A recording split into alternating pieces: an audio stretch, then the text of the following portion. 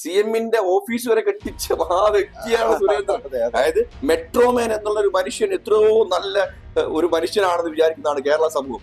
ആ കേരള സമൂഹം വിചാരിക്കുന്ന മെട്രോമാനെ കൊണ്ട് തന്നെ നിങ്ങൾക്ക് 10 പൈസ വിവരമില്ല, നീ ഒരു പമ്പര വിട്ടിയാണ് എന്ന് തെളിയിച്ചത് CM-ന്റെ ഓഫീസ് വരെ കെട്ടിച്ചു. എന്താ ചെയ്യാ? അപ്പൊ അത്തരം ഇതിലേക്കൊക്കെ സംഭവം. അങ്ങനെയുള്ള ആളുകളുടെ അനുഭവം PC ജോർജിനെ കാത്തിരിക്കുന്നു എന്നാണ് ഞാൻ പറയുന്നത്. തീർച്ചയായും ഒരു വ്യക്തിയെ കുറിച്ച് പറയുമ്പോൾ ഈരാറ്റുപേട്ടക്കാർ അത്രയേറെ സ്നേഹിച്ചിരുന്നു ഇദ്ദേഹത്തെ എന്നുള്ളത് ശരിക്കും ഈരാറ്റുപേട്ടക്കാർ തന്നെ പറയുന്ന ഒരു സംഭവം അല്ലാത്ത ഞങ്ങളുടെ ചേട്ടനായിരുന്നു അല്ലെങ്കിൽ ഞങ്ങളുടെ അനിയനായിരുന്നു, അത്തരം രീതിയിലേക്കൊക്കെയാണ് പറയാം. ഞങ്ങളുടെ വീട്ടില് ഞങ്ങളുടെ ഒരു മെമ്പറെ പോലെ കഴിയാനുള്ള ഒരു സാഹചര്യം അദ്ദേഹത്തിന് ഉണ്ടായിരുന്നു. എന്തുകൊണ്ടാണ് അദ്ദേഹം ഇത്തരം രീതിയിലേക്ക് ഞങ്ങളെ മോശക്കാരാക്കിയത് എന്ന് ഞങ്ങൾക്ക് അറിയുന്നില്ല. അദ്ദേഹം ഇപ്പോ ഞങ്ങളുടെ ശാപമാണ് എന്നൊക്കെ പറയുന്ന സംഭവമുണ്ട്. ഈരാറ്റുപേട്ടക്കാർക്ക് അദ്ദേഹത്തെ വെറുപ്പാണ്. ഈരാറ്റുപേട്ട എന്നുള്ള സംഭവം ഉദ്ധരിക്കുമ്പോൾ തന്നെ അദ്ദേഹത്തെ വെറുപ്പാണ്. ഒരു ക്വാർട്ടർ സെഞ്ചുറി ഒക്കെ അടിച്ച ഒരു മനുഷ്യനാണ് യഥാർത്ഥത്തിൽ PC ജോർജ്. പൂഞ്ഞാറിൽ അദ്ദേഹത്തിന് എന്ത് സംഭവിച്ചു എന്ന് നമ്മൾ പറഞ്ഞല്ലോ. ഈരാറ്റുപേട്ട ഒരു പഞ്ചായത്ത്, അവിടുത്തെ മുസ്ലിം കമ്മ്യൂണിറ്റിയെ വലിയ തോതിൽ ഒരു പരാജയത്തിന്റെ പേരിൽ അങ്ങനെയൊക്കെ ആക്ഷേപിക്കാമോ എന്ന ഒരു വലിയ ചോദ്യം. എല്ലാ മുന്നണികളും തന്നെ എതിർത്തപ്പോഴും ഒക്കെ കൂടെ നിന്ന ഒരു ജനതയാണത് എന്ന ഒരു ചിന്ത PC ജോർജിന് ഇല്ലാതെ പോയത് രാഷ്ട്രീയമായി അദ്ദേഹം പാലിക്കേണ്ട ഒരു നന്ദി ഉണ്ടല്ലോ, ആ നന്ദികേട്, അദ്ദേഹം കാണിച്ച നന്ദികേട്. ശരിക്കും PC ജോർജ് എന്നൊരു വ്യക്തി എന്തുകൊണ്ടാണ് ശരിക്കും BJP-യിലേക്ക് പോവാം എന്നുള്ള തീരുമാനം എടുത്തത് എന്നുള്ളതാണ്. അത് തന്നെയാണ് അദ്ദേഹത്തിന്റെ ഏറ്റവും വലിയ പതനം. അതിനപ്പുറത്തേക്ക് ഈരാറ്റുപേട്ടക്കാരെ മോശമായി ചിത്രീകരിച്ച് ശരിക്കും എങ്ങനെയാണ് PC ജോർജ് അവിടെ നിലനിൽക്കുക എന്നുകൂടെ ശരിക്കും ആലോചിക്കേണ്ടിയിരിക്കുന്നു. ശരിക്കും PC ജോർജ് എന്ന വ്യക്തിയെ ഈരാറ്റുപേട്ടക്കാർ വല്ലാത്ത രീതിയിലേക്ക് സ്നേഹിച്ചിരുന്നു. ആ സ്നേഹിച്ചതിൽ നിന്നും എങ്ങനെയാണ് ഇത്തരം വെറുത്തുപോയത് എന്ന് എനിക്ക് വല്ലാധികം ആ ഒരു ഈരാറ്റുപേട്ടക്കാരെ ശരിക്കും പഠിക്കാൻ അല്ലെങ്കിൽ ഈരാറ്റുപേട്ട പോയിട്ട് കേരളത്തെ പഠിക്കാൻ PC ജോർജിന് കഴിഞ്ഞില്ലേ? ഈരാറ്റുപേട്ടയിലെ സാധാരണ ജനങ്ങൾ എന്തുകൊണ്ട് PC ജോർജിനെ ഇത്രമേൽ വെറുക്കുന്നു എന്ന് അദ്ദേഹം പരിശോധിക്കേണ്ടതുണ്ട്. ഞാൻ എന്തായിരുന്നു അങ്ങനെ നോക്കുമ്പോൾ ശരിക്കും PC ജോർജ് എത്രയോ മേലെയാണ് കിടക്കുന്നത്. ഒരു സംശയം BJP എന്നുള്ള ശരിക്കും BJP PC ജോർജ് ചതിച്ചു എന്ന് വേണം പറയാൻ. തീർച്ചയായും.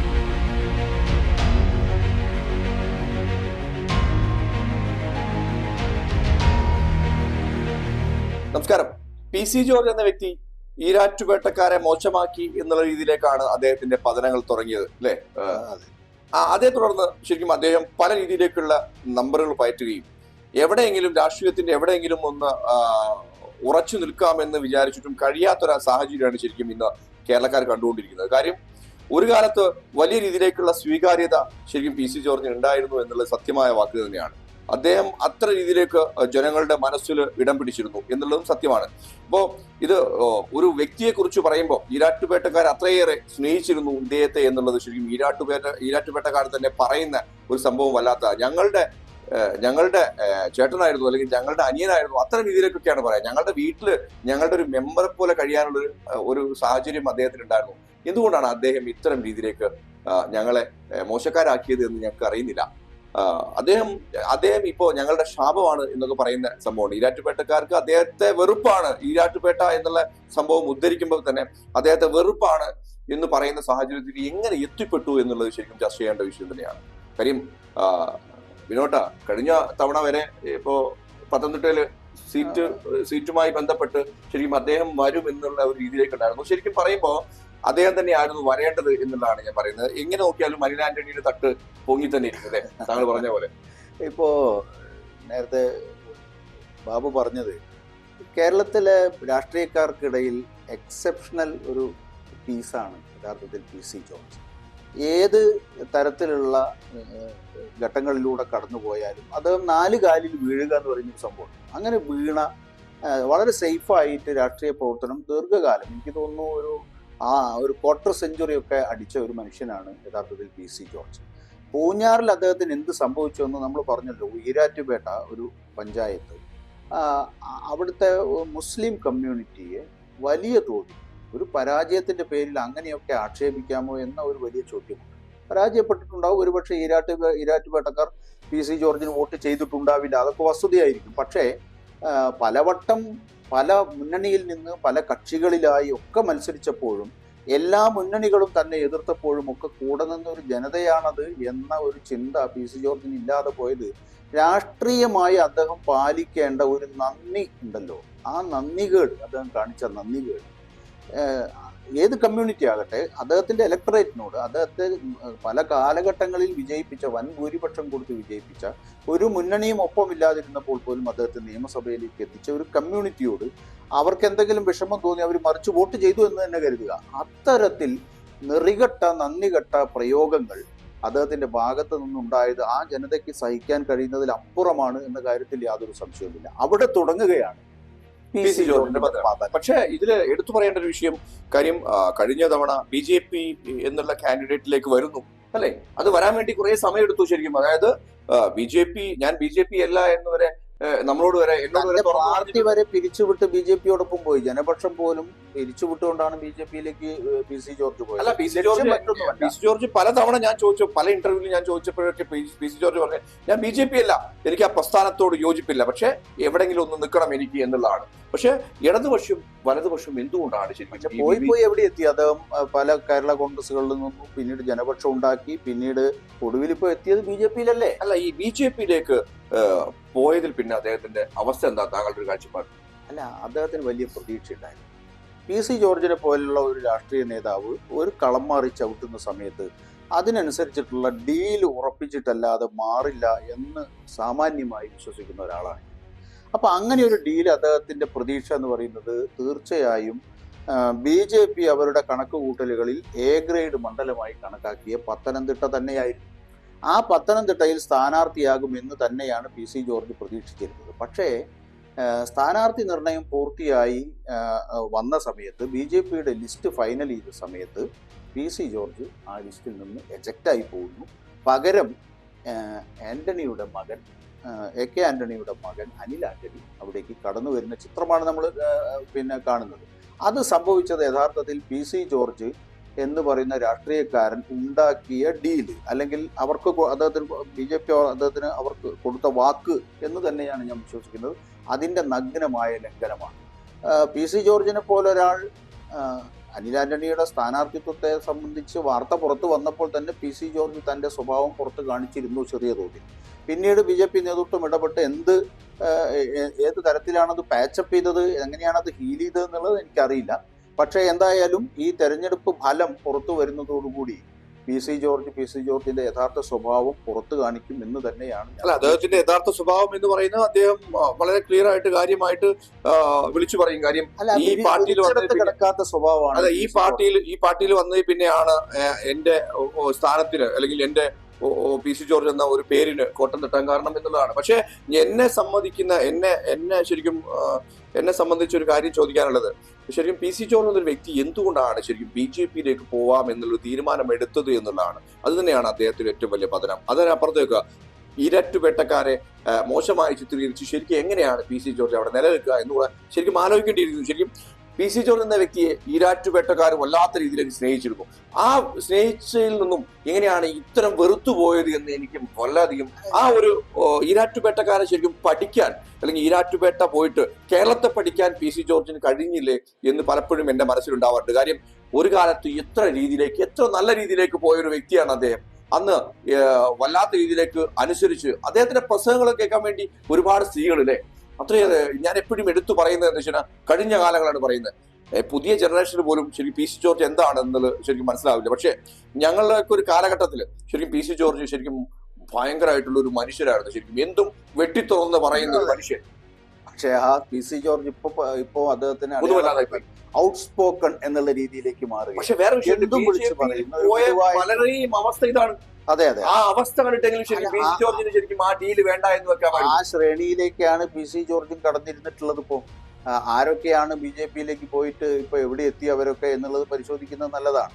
അൽഫോൺസ് കണ്ണന്താനമാണെങ്കിലും, അതുപോലെ തന്നെ നമ്മുടെ മെട്രോമാൻ ആണെങ്കിലും, അങ്ങനെ തുടങ്ങി ഓരോരുത്തരും മെട്രോമാനെ കൊണ്ട് നമ്മൾ എപ്പോഴും പറയുന്നതാണ്. സുരേന്ദ്രൻ വരെ CM-ന്റെ ഓഫീസ് വരെ കെട്ടിച്ച ആ വ്യക്തിയാണ് സുരേന്ദ്രൻ. അതായത് മെട്രോമാൻ എന്നുള്ള ഒരു മനുഷ്യൻ എത്രയോ നല്ല ഒരു മനുഷ്യനാണെന്ന് വിചാരിക്കുന്നതാണ് കേരള സമൂഹം. ആ കേരള സമൂഹം വിചാരിക്കുന്ന മെട്രോമാനെ കൊണ്ട് തന്നെ നിങ്ങൾക്ക് 10 പൈസ വിവരമില്ല, നീ ഒരു പമ്പര വിട്ടിയാണ് എന്ന് തെളിയിച്ചത് CM-ന്റെ ഓഫീസ് വരെ കെട്ടിച്ചു. എന്താ ചെയ്യാ? അപ്പൊ അത്തരം ഇതിലേക്കൊക്കെ സംഭവം. അങ്ങനെയുള്ള ആളുകളുടെ അനുഭവം പി സി ജോർജിനെ കാത്തിരിക്കുന്നു എന്നാണ് ഞാൻ പറയുന്നത്. തീർച്ചയായും പി സി ജോർജ് പറഞ്ഞൊരു സംഭവം, പക്ഷേ ഈ വിരിച്ചടത്തും പി സി ജോർജ് കിടക്കുമോ എന്നുള്ളത് പി സി ജോർജിന്റെ സ്വഭാവം അറിയുന്നവർക്ക് അങ്ങനെ കിടക്കില്ല എന്നാണ് പി സി ജോർജിനെ കുറിച്ചും മനസ്സിലാക്കിയവർ പറയുക. കാരണം ബി ജെ പിയിലേക്ക് പോയി ആഗ്രഹിച്ചത് ലഭിച്ചില്ലെങ്കിൽ ബി ജെ പിയെ തള്ളിപ്പറഞ്ഞ് വീണ്ടും മറ്റൊരു സ്റ്റാൻഡ് എടുക്കുന്നതിനൊന്നും ഒരു മടിയും ഇല്ലാത്ത ആളാണ് പി സി ജോർജ്. അദ്ദേഹത്തിന് നാവിന് എല്ലില്ല എന്ന് പറയുന്നത് പോലെ എന്തും വിളിച്ചു പറയുന്നതിന് അദ്ദേഹത്തിന് ഒരു മടിയുമില്ല. ഇന്ന് അദ്ദേഹം ഒരു ഔട്ട്സ്പോക്കൺ ലീഡറായിട്ട് മാറിയിരിക്കുന്നു എന്നൊരു ഖേദകരമായ അവസ്ഥയുണ്ട്. കേരള രാഷ്ട്രീയത്തെ സംബന്ധിച്ചിടത്തോളം സീനിയർ ആയിട്ടുള്ള ഒരു നേതാവാണ്, പലവട്ടം നിയമസഭ കണ്ടയാളാണ്. എടുത്തു പറയത്തക്ക ഒരു തിരുവിതാംകൂറിലെ പേര് തന്നെയാണ് രാഷ്ട്രീയ രംഗത്ത് പി സി ജോർജ് എന്ന് പറയുന്നത്. ഞാൻ പറഞ്ഞല്ലോ നേരത്തെ, ഈരാറ്റുപേട്ടയിലെ സാധാരണ ജനങ്ങൾ എന്തുകൊണ്ട് പി സി ജോർജിനെ ഇത്രമേൽ വെറുക്കുന്നു എന്ന് അദ്ദേഹം പരിശോധിക്കേണ്ടതുണ്ട്. ഞാൻ എന്തായിരുന്നു, എന്നെ ഈ നിലയിലേക്കൊക്കെ വളർത്തിയത്, എന്നെ സംരക്ഷിച്ചത്, എന്നെ പല തലങ്ങളിലേക്ക് ഉയർത്തിയത് ആര്, ഏത് ജനത, എങ്ങനെയുള്ളവർ, അവർ തനിക്ക് നൽകിയ സ്നേഹവും പരിഗണനയും എന്താണ് എന്ന് ഒരു ജനപ്രതിനിധി, എക്സ് ഓർ വൈ ഒരു ജനപ്രതിനിധിയെ സംബന്ധിച്ചിടത്തോളം അത് മറന്ന് എണ്ണ തേക്കുന്നത് ശരിയല്ല. ആ രീതിയിൽ പോയിട്ടുണ്ടെങ്കിൽ മറ്റു പല കാര്യങ്ങളും നമുക്ക് ഉണ്ടെങ്കിലും ഈ പറയുന്ന പിന്തുണ അല്ലെങ്കിൽ ജനങ്ങളുടെ വിശ്വാസം നിലനിർത്തേണ്ട ഉത്തരവാദിത്വം പി സി ജോർജിനുണ്ടായിരുന്നു. അതിന്റെ ശാപമാണ് ഇന്ന് പി സി ജോർജ് അനുഭവിക്കുന്നത്. അങ്ങനെയുള്ളൊരു ജനതയോട് അദ്ദേഹം കാണിച്ച നെറികേടുണ്ട്. ആ നെറികേട് അല്ലെങ്കിൽ ആ വൃത്തികേടിന്റെ ഫലം പി സി ജോർജ് അനുഭവിക്കാതെ പറയുന്നത് ഈരാറ്റുപേട്ടക്കാരോട് ചെയ്തതിന്റെ പാപമാണോ ഇന്ന്? തീർച്ചയായിട്ടും അവരെ അത്ര സ്നേഹിച്ചിട്ടുണ്ട്. അവർ പി സി ജോർജിനെ അത്ര സ്നേഹിച്ചിട്ടുണ്ട്. പലവട്ടം ഇടതു മുന്നണിയും ഐക്യമുന്നണിയും ഒരേപോലെ സ്ഥാനാർത്ഥികളെ നിർത്തി പൊരുതുന്ന ഒരു കോൺസ്റ്റിറ്റ്യുവൻസിയിൽ ഈ രണ്ട് മുന്നണികളെയും അപ്രസക്തമാക്കി പി സി ജോർജ് എന്ന് പറയുന്ന ഒരു ഇൻഡിവിജ്വലിന്, ഒരു ഇൻഡിപെൻഡന്റ് കാൻഡിഡേറ്റിനെ വിജയിപ്പിക്കാൻ മനസ്സുണ്ടല്ലോ. ഈരാറ്റുപേട്ടക്കാർ കാണിച്ച മനസ്സ്, ആ മനസ്സിനെ തള്ളി പറഞ്ഞപ്പോഴേക്കും അദ്ദേഹം പതനം വന്നിട്ടുണ്ടാവാം.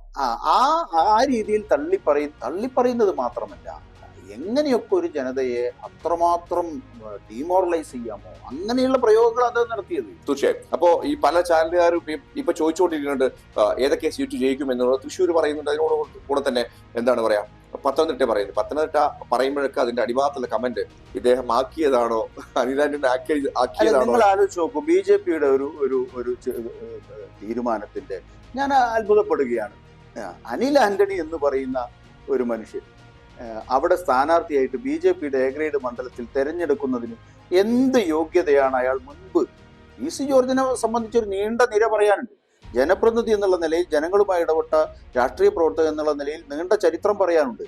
ഇത് തലേ ദിവസം സോഷ്യൽ മീഡിയയുടെ എന്തോ ഉത്തരവാദിത്വം ഉണ്ടായിരുന്നു. എന്ത് സോഷ്യൽ മീഡിയ ആണ് കോൺഗ്രസിന്റെ എന്നുള്ളത് എല്ലാവർക്കും അറിയാം. ആ ഉത്തരവാദിത്വമായിരുന്നു. അത് വളരെ ഭംഗിയായി നിർവഹിച്ചു എന്ന് തന്നെ കരുതാമെങ്കിലും എന്താണ് കേരളത്തിലെ സോഷ്യൽ മീഡിയയുടെ, കോൺഗ്രസിന്റെ സോഷ്യൽ മീഡിയയുടെ അവസ്ഥ എന്ന് എല്ലാവർക്കും അറിയാം. അത്രമാത്രം അതിലൊരു ഒരു കാര്യവും ചെയ്യാൻ കഴിയാത്ത, തന്നെ ഏൽപ്പിച്ച ഉത്തരവാദിത്വമായ ഒരു മനുഷ്യൻ. അങ്ങനെ നോക്കുമ്പോൾ ശരിക്കും പി സി ജോർജ് എത്രയോ മേലെയാണ് കിടക്കുന്നത്. ഒരു സംശയം ബി ജെ പി എന്നുള്ള ശരിക്കും B J P P C George ചതിച്ചു എന്ന് വേണം പറയാൻ. തീർച്ചയായിട്ടും. ഒന്നിനും അറിയാത്ത, മുൻപരിചയമില്ലാത്ത ഒരു അനിൽ ആന്റണി എന്നുള്ള ഒരു വ്യക്തിയെ കൊണ്ടുപോയി നിൽക്കുന്നതിൽ എത്രയോ മെച്ചമായിരുന്നു ശരിക്കും ഈ പി സി ജോർജിനൊക്കെ. പി സി ജോർജിനാണ് കുറച്ച് വോട്ടും കൂടുതൽ കിട്ടിയത്. ഒരു സംശയവും വേണ്ട. ഇപ്പം തെരഞ്ഞെടുപ്പ് ഫലം വരാനിരിക്കുന്നേ ഉള്ളൂ. നമുക്ക് മുൻകൂട്ടി അതിനെ കുറിച്ച് പ്രവചനമൊന്നും നടത്തുകയല്ല. എന്തായാലും അനിൽ ആന്റണിയെ മത്സരിപ്പിച്ച ബി ജെ പിക്ക് അതിനേക്കാൾ മെച്ചമാകുമായിരുന്നു പി സി ജോർജിനെ സ്ഥാനാർത്ഥിയാക്കി മത്സരിച്ചത്. ആ സ്ഥാനാർത്ഥിത്വത്തിനൊരു വില വരുമായിരുന്നു. അതെ, നമ്മൾ പറയാറുണ്ടല്ലോ, എന്തൊക്കെ മാനദണ്ഡങ്ങൾ എടുത്ത് കൂട്ടിയാലും അനിൽ ആന്റണിയെയും പി സി ജോർജിനെയും വെച്ച് തൂക്കി നോക്കിയാൽ പി സി ജോർജിന്റെ തട്ട് താണു തന്നെ ഇരിക്കും. കാരണം അത്ര വെയിറ്റ് ഉള്ള ഒരു കാൻഡിഡേറ്റ് ആണ് പി സി ജോർജ്. അദ്ദേഹം ഈ പറഞ്ഞ പോലെ ഏത് മുന്നണിയിലാണെങ്കിലും ജനങ്ങൾക്ക് സ്വീകാര്യനായിരുന്നു. ആ ജനസ്വീകാര്യത ഒരു പരിധി വരെ അദ്ദേഹം കളഞ്ഞു കുളിച്ചിട്ടുണ്ടെങ്കിലും, പക്ഷെ പൊതുവിൽ ഇപ്പോഴും ഈ പറയുന്ന കേരളീയ പൊതുസമൂഹത്തിന്റെ മുമ്പിൽ ഒരു അറിയപ്പെടുന്ന രാഷ്ട്രീയ നേതാവ് എന്നുള്ള നിലയിലുള്ള ഒരു വില കേരളീയ പൊതുസമൂഹം പി സി ജോർജിന് നൽകുന്നുണ്ട്, അദ്ദേഹത്തിന്റെ വാക്കുകൾക്ക് നൽകുന്നുണ്ട്. എന്തായാലും അത് വെച്ച് നോക്കുമ്പോൾ ബി ജെ പിക്ക് എന്താണ് അനിൽ ആന്റണിയെ കണ്ടെത്തുന്നതിൽ, പി സി ജോർജിനെ തഴയുന്നതിൽ എന്താണ് അവർ കണ്ടെത്തിയ ന്യായം, അവരതിന് കൊടുക്കേണ്ടി വരുന്ന വില എന്താണെന്ന് നമുക്ക് ജൂൺ 4-ാം തീയതി ബാലറ്റ് തുറക്കുമ്പോൾ നമുക്ക് കാണാൻ കഴിയുന്നതാണ് എനിക്ക് പറയാം. തീർച്ചയായും പത്തനംതിട്ടയിൽ ശരിക്കും PC ജോർജ് സ്ഥാനാർത്ഥിയാകും എന്നുള്ള പ്രതീക്ഷയിൽ തന്നെയാണ് അദ്ദേഹം അത്ര രീതിയിലേക്ക് മാധ്യമങ്ങളെ കണ്ടതും മറ്റുള്ള സംഭവങ്ങളൊക്കെ ആയതും. അപ്പോ തീർച്ചയായും അത് കഴിഞ്ഞിട്ട് എന്തെങ്കിലും ഓരോ ഓഫർ ഉണ്ട് എന്നാണ് ഞാൻ വിചാരിക്കുന്നത്. കാര്യം ഈ തെരഞ്ഞെടുപ്പ് സമയത്ത് എന്തെങ്കിലും മോശമായി പറഞ്ഞാൽ വോട്ടിനെ ബാധിക്കും മറ്റുള്ള സംഭവങ്ങൾ. എന്തായാലും തെരഞ്ഞെടുപ്പിന്റെ ഫലം വന്നു കഴിഞ്ഞാൽ PC ജോർജ് എന്ന വ്യക്തിയുടെ തനി സ്വഭാവം ശരിക്കും ജനങ്ങൾക്ക് കാണാൻ കഴിയും എന്നുള്ള ഒരു പ്രതീക്ഷയിലാണ് കേരളക്കര ഇരിക്കുന്നത്. എന്തായാലും വളരെ കുറച്ച് നാളുകൾ മാത്രമാണ് ബാക്കിയുള്ളത്. അപ്പൊ എന്തായാലും നേരിട്ട് കണ്ടറിയുക തന്നെ ചെയ്യണം. അല്ലെങ്കിൽ ഒന്നുകിൽ പ്രതികരിക്കും, അല്ലെങ്കിൽ BJP എന്നുള്ള പ്രസ്ഥാനത്തെ പച്ചത്തെറി പറയുന്ന രീതിയിലേക്ക് PC ജോർജ് പോകും എന്നുള്ളത് ഉറപ്പാണ്. കാര്യം നിങ്ങളാണ് എന്നെ നശിപ്പിച്ചത് എന്നുള്ള ചൂണ്ടുവരൽ ഉയരും ഉറപ്പായിട്ട്. നന്ദി, നമസ്കാരം.